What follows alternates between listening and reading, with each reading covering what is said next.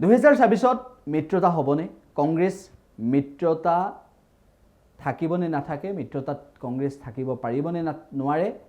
AJP আৰু ৰাইজৰ দলৰ সৈতে বা বাওঁপন্থী দলৰ সৈতে কংগ্ৰেছে মিত্ৰতা কৰি 2024ত আগবাঢ়িবনে নাবাঢ়ে এই সকলোবোৰ কথা ক'লে অসম প্ৰদেশ কংগ্ৰেছ কমিটিৰ সভাপতি ভূপেন কুমাৰ বৰাই সুদক্ষভাৱে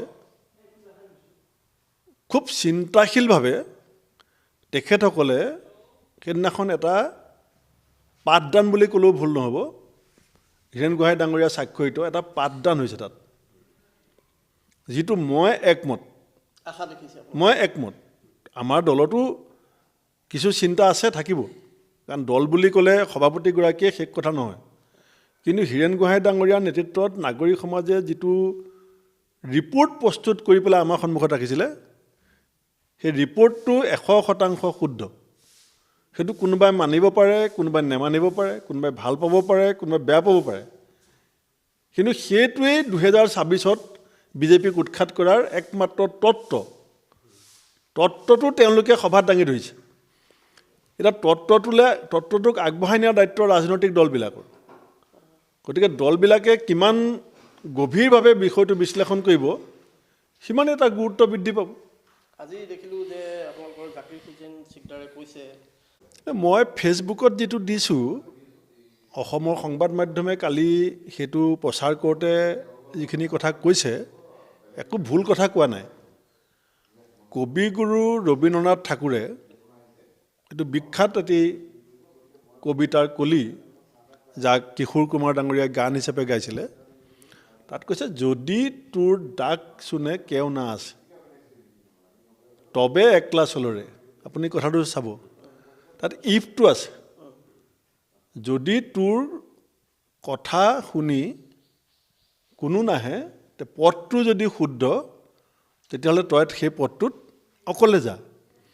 অৰ্থাৎ বিজেপি বিৰোধী কংগ্ৰেছৰ যিটো আপোচবিহীন নিৰবিচ্ছিন্ন সংগ্ৰাম সাম্প্ৰদায়িক বিভাজনৰ ৰাজনীতিৰ বিৰুদ্ধে কংগ্ৰেছৰ যিটো আপোচবিহীন নিৰবিচ্ছিন্ন সংগ্ৰাম এই সংগ্ৰামটোত আমি সংগী বিচাৰিছোঁ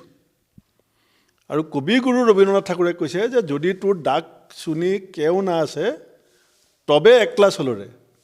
মানে যদি তোক কোনোবাই সং দিয়ে একেলগে যা যদি সং নিদিয়ে বাটটো যদি শুদ্ধ তই অকলে যা গতিকে তাত ইফ আৰু